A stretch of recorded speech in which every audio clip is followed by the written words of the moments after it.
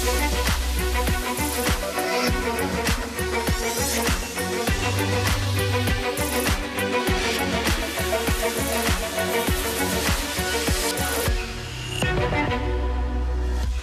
morning, it's Monday the 20th of July and you're watching Europe Today, your morning dose of European news and analysis here on Euronews. I'm Marit Gwyn and I'll be with you throughout this week.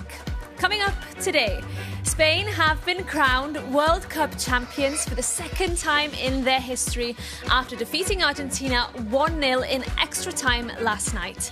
Barcelona striker Ferran Torres scored the winning goal in the 106th minute against a 10-man Argentina after Enzo Fernandez received a red card. The Spanish squad will celebrate the victory in Madrid tonight after a night of partying across Spain. We'll be bringing you the atmosphere from Madrid. And the US has continued to strike Iran for the 9th consecutive night, with another US serviceman killed, this time in northern Iraq, during the controlled detonation of a downed Iranian drone.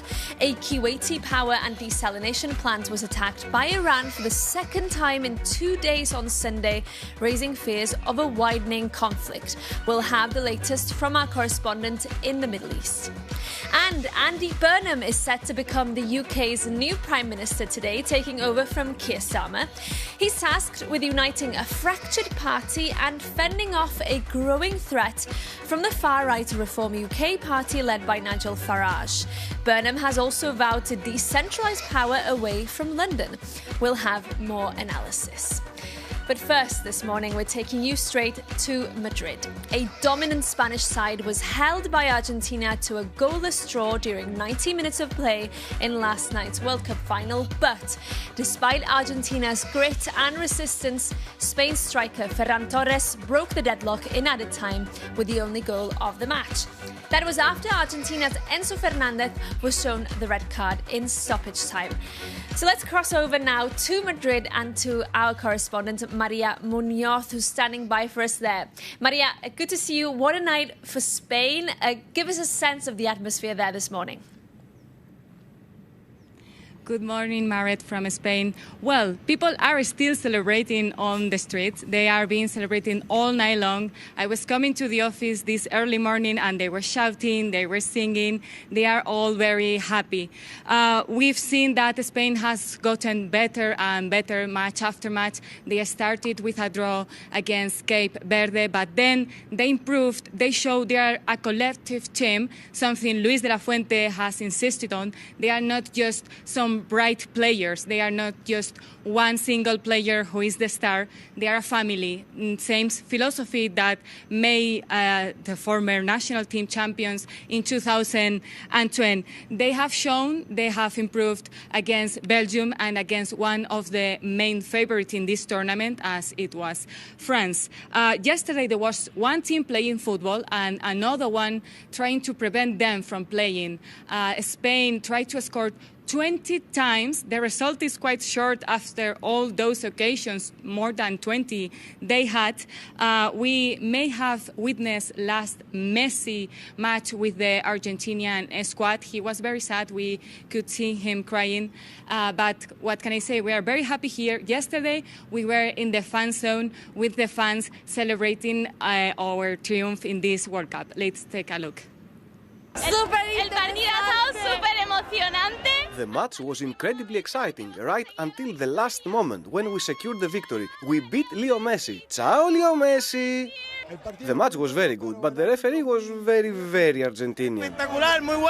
Spectacular, very good. We came all the way from Puerto Rico. We arrived today to see the game. We wanted to be here at the heart of it all. We wanted to watch the game from Spain and see the world champions. ¡Campeones mundiales! Yo soy español. Maria, briefly, we know that there are plans for celebrations in Madrid also later tonight. Yes, the team will arrive around 1 p.m. to Barajas Airport. Then they will go visit the royal family. And then around 6 p.m., the real party will start with a bus parade with all the players offering the trophy to the fans. They will arrive around 9 p.m. to Cibeles, where the party is going to start with concerts and with all the happiness they've brought to us from America. Okay, Maria Munoz in Madrid for us this morning. Thank you, and I'm sure we'll see more of those celebrations on Euronews throughout the day. But we're moving to the Middle East next, where the US has carried out the 9th consecutive night of strikes against Iran. Meanwhile, Iran's Revolutionary Guard has vowed not to let a single drop of oil or gas pass through the Strait of Hormuz. For more, we can cross over to our correspondent Adel Halim, who's in Qatar for us. So, Adel, more strikes overnight, and the current spiral of violence is showing no signs of subsiding. Good morning, Marid. Yes, the conflict continues to escalate. The U.S. has completed a 9th consecutive night of strikes inside Iran, targeting military command centers, air defense systems, and missile sites. Meanwhile, Iran has responded with attacks of its own. The air defense systems have been activated across the Gulf, with Kuwait intercepting drones, Bahrain sounding sirens, and Jordan reporting missile interceptions. The U.S. has also confirmed a 3rd military death over the weekend. A service member was killed in Iraq in what it called a controlled detonation of a downed Iranian drone. This follows the deaths of 2 U.S. troops in Jordan. So despite repeated calls for diplomacy, both sides are continuing to exchange fire, and the conflict is spreading across the region. Marit? And Adel, we also know power and desalination plants in the Gulf are being increasingly targeted. How much of a worry is that in the region? Absolutely. One of the biggest concerns now is that critical infrastructure is increasingly being caught up in the fighting. We've seen allegations of attacks on power plants and water desalination plants in the Gulf. Those facilities provide drinking water to millions of people. If essential infrastructure becomes a regular target, the consequences extend well beyond the battlefield and start to affect everyday life. We're also seeing the conflict spread geographically. As we've heard, it's no longer just about the U.S. and Iran, where Jordan, Bahrain, and Kuwait have come under attack. That's why countries like Qatar and Pakistan continue to push for de-escalation and diplomacy. But at the moment, the military action is moving much faster than any kind of diplomacy. Indeed. Adel, for us in Doha, thank you so much for bringing us up to speed there. Now, we're moving to the UK next, where Andy Burnham, the former mayor of Manchester, will today become Prime Minister, taking over from Sir Keir Starmer.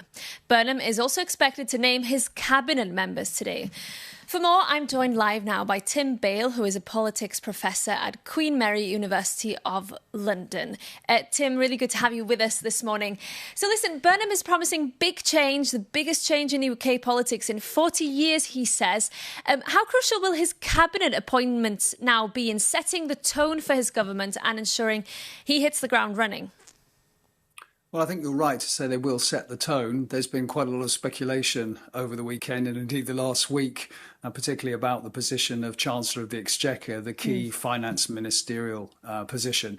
It looks like it's slipped away from Andy Burnham's key ally, Ed Miliband, who is seen by some to risk spooking the markets, to coin that cliche, and instead go to Shabana Mahmood, who is seen to be more on the right of the Labour Party and probably will cause fewer ructions in the market. That means Ed Miliband will probably go to Foreign Secretary. But it is absolutely clear that he does have to signal a departure from what's gone on before. Otherwise, in some ways, there is no point replacing Keir Starmer with someone else. So, yes, today will be very important. You don't get a second chance to create a first impression. So everything about today, the choreography, and indeed the choreography for the next week, I think, will be absolutely crucial. You mentioned the importance of the Chancellor and this resetting what many would call a broken economy, but he's also prioritising this push for more devolution, or the idea of delegating power to the regions, even creating a number 10 North, he says. How much of a shift in thinking is this for a UK Prime Minister? I'm not sure it's as big a shift as people think, actually. Prime Ministers for a long time, whether they be Conservative or Labour, have been talking about the over-centralisation of the UK and particularly the over-centralisation of the UK economy. Even under the Conservatives, you saw an outpost of the Treasury being created in Darlington in the northeast. of the country. So in some ways, I think this is more about mood music than it is necessarily about substance.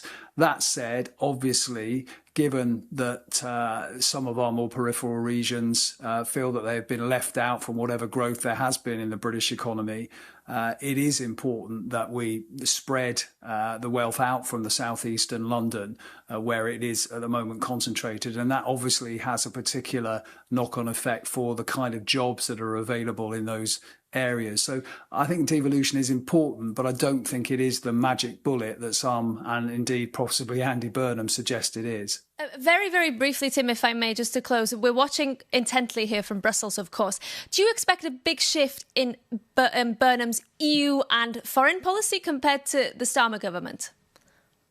Very briefly, no. Strong support for Ukraine, trying to handle an erratic US president and trying to move towards closer relationships with the EU, but in some ways, unfortunately, not really making a big move on the single market or the customs union. There'll just be incremental moves until possibly the next parliament if Burnham gets re-elected.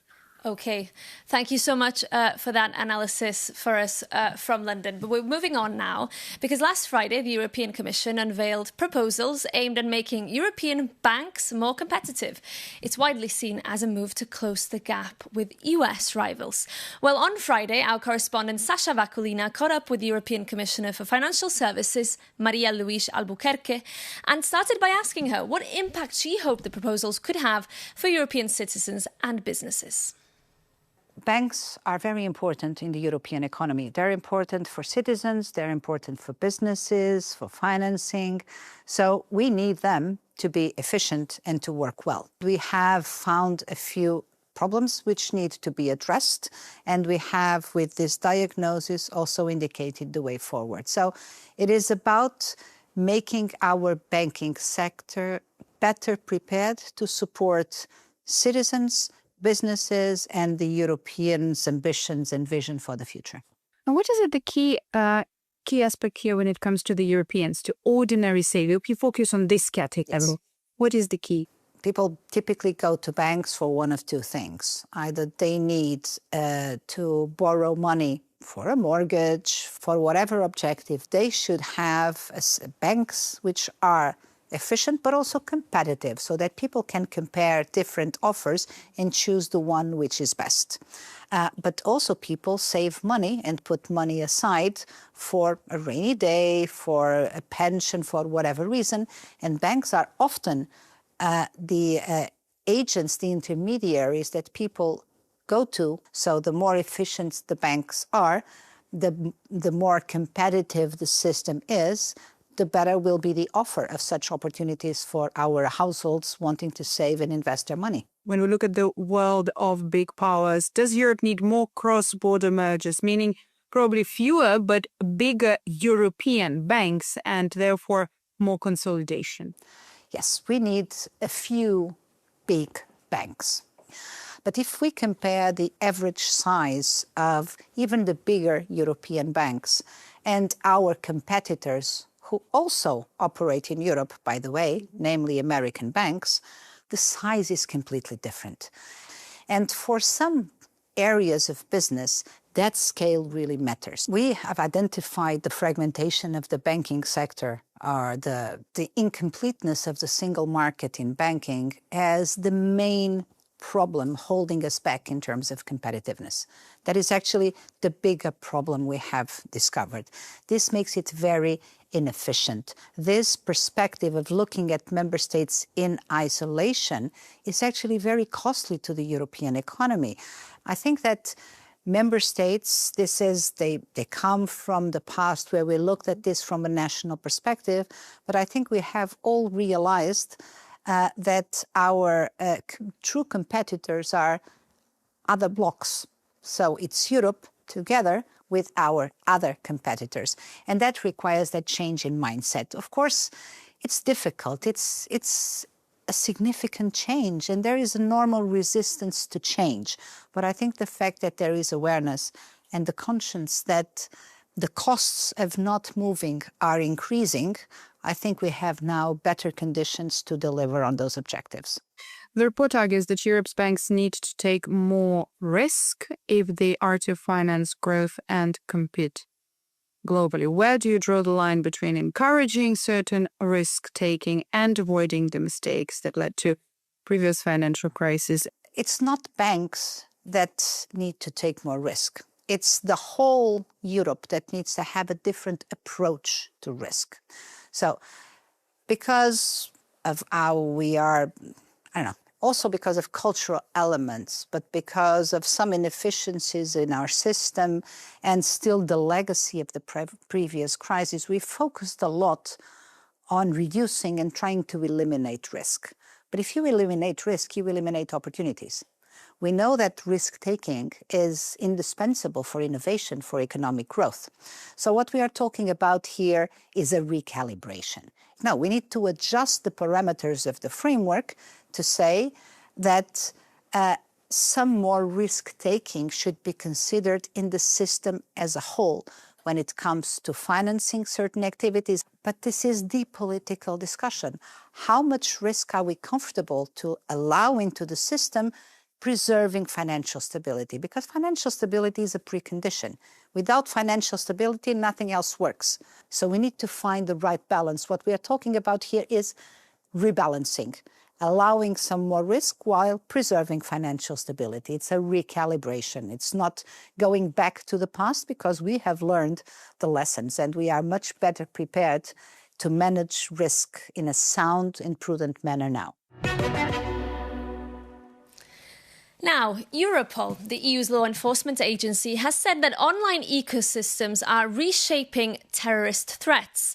In a report released last week, the agency also said that violence has become a means of gaining identity and belonging for a number of perpetrators, and that this creates a more complex threat across Europe.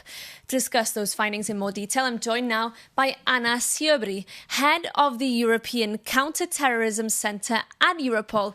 Good morning, Anna. Great to have you with us. So your report states that the lines between established terrorist ideologies and other forms of violent extremism are being blurred. Why is that a reason to be worried? Yeah, we need to follow the development, and this is also what we have been describing since, if we go back the 10 years since Europe experienced the wave of mass casualties and major attacks, and also when European Counter-Terrorism Centre was created. And since that, we have done these trend and situation reports to describe the development of the threat.